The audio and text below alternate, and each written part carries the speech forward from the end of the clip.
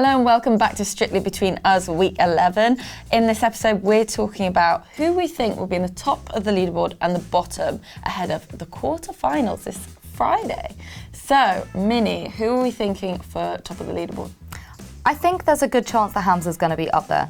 He's bringing a samba. We've seen him really excel in a salsa and in an Afro-fusion themed couple's choice. And I think that this Lion King samba is probably going to do really well for him. He's got the hips, he's got the rhythm. I think he's going to bring that really good energy to it. But I know you have some thoughts on the Lion King because we talked about it last week. I have many thoughts, and I would just like to say from the top, I was right last week when I predicted he'd be doing something to do with the Lion King.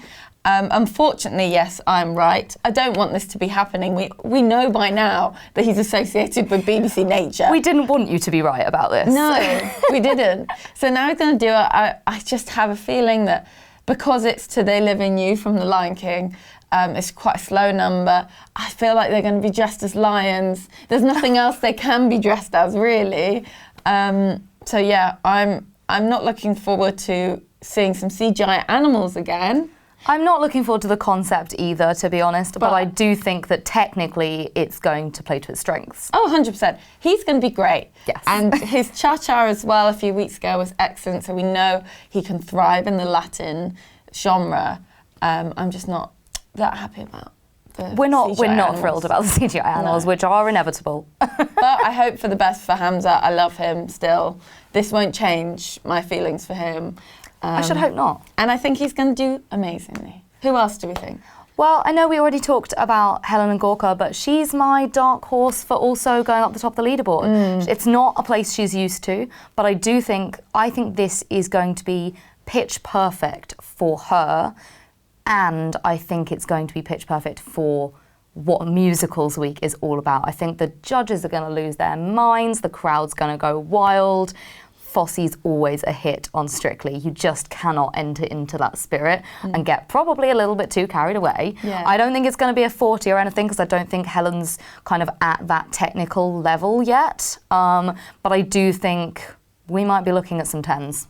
Yeah. I think we're there in the 38 ballpark. 100%. I mean, I was a bit nervous when I saw this because I feel like Helen's been one person in the competition who's been reluctant to throw herself into character. Yeah. However, if her jive a few weeks ago was anything to go by, then I do think she'll knock it out of the park, and I think you're right. We could. It kind of feels like if any routine, any character, any characterization is going to bring her fully out of her shell and make her just so comfortable and confident, I think this is the one. 100%.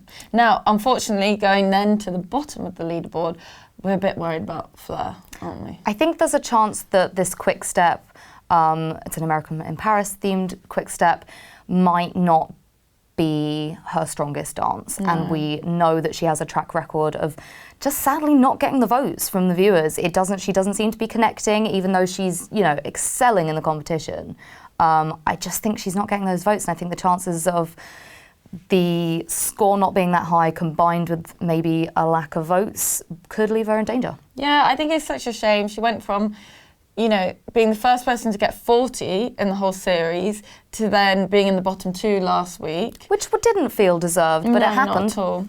With her rumba. I really didn't think her rumba was bottom 2 worthy. No. And now we're here, and I know when she's in hold, Vito can sort of structure her a bit, and that seems to have gone quite well for her so far. But like you said, at this point in the competition, it is as much about your fan base as it is about your dancing skills. And do we think that this song is going to kind of stand out in people's minds by the time they reach the end of the show? Unless she's like last in the lineup, which I can't see this being the closing the show, I think it might get a bit forgettable. Yeah. Which we know is the most dangerous thing you can be on Strictly. Definitely. And I mean, on the note about songs, I'm also a bit worried about Kim, who we know tested positive for COVID last week. She'll be back this Friday. Back in the competition, but she'll be doing a Fame number, a cha-cha-cha, and obviously cha-cha-cha is notoriously difficult.